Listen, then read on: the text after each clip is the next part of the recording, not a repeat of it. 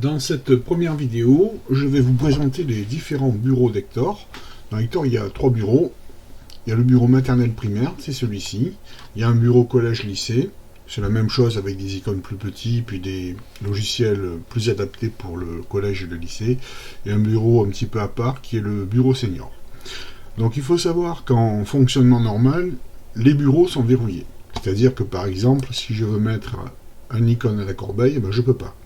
Donc là, j'ai fait un clic droit sur l'icône et on voit que mettre à la corbeille, c'est grisé. On ne pourra pas non plus le redimensionner, c'est pas grisé ici, mais si on le redimensionne, au redémarrage, il reprendra sa taille initiale, c'est-à-dire celle-ci.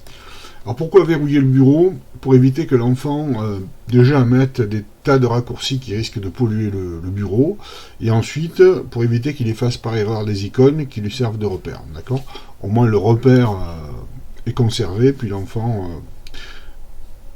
s'y retrouvera facilement en classe. Alors le bureau, c'est l'espace du milieu, il est verrouillé en fonctionnement normal, on verra qu'on peut le personnaliser évidemment. Pareil pour la petite barre qui est en haut, elle est verrouillée en fonctionnement normal, mais on pourra la personnaliser, et c'est la même chose pour la barre qui est en bas. Alors les différents bureaux, on va les retrouver ici, dans les logiciels d'Hector, accessoires, et bureau, ils sont là. Bureau primaire, collège lycée, senior. Alors je vais passer au bureau collège lycée par exemple, donc je clique dessus. Voilà ce que ça donne, donc les icônes sont un petit peu plus petits.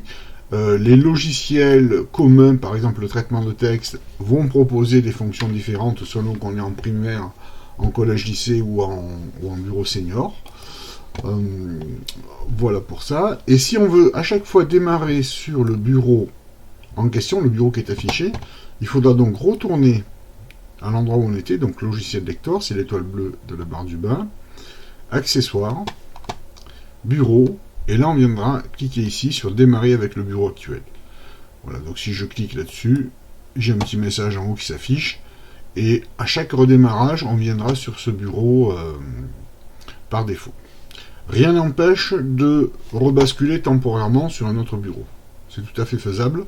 Par exemple, on peut définir ce bureau-là comme le bureau standard pour l'école, mais à la maison, on peut rebasculer sur le bureau primaire pour faire des activités autres que celles de l'école.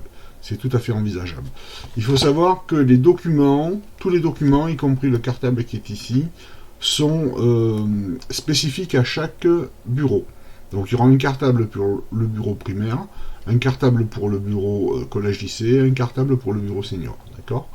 Le seul dossier qui est commun à tous les bureaux, on va le retrouver ici, c'est le dossier public.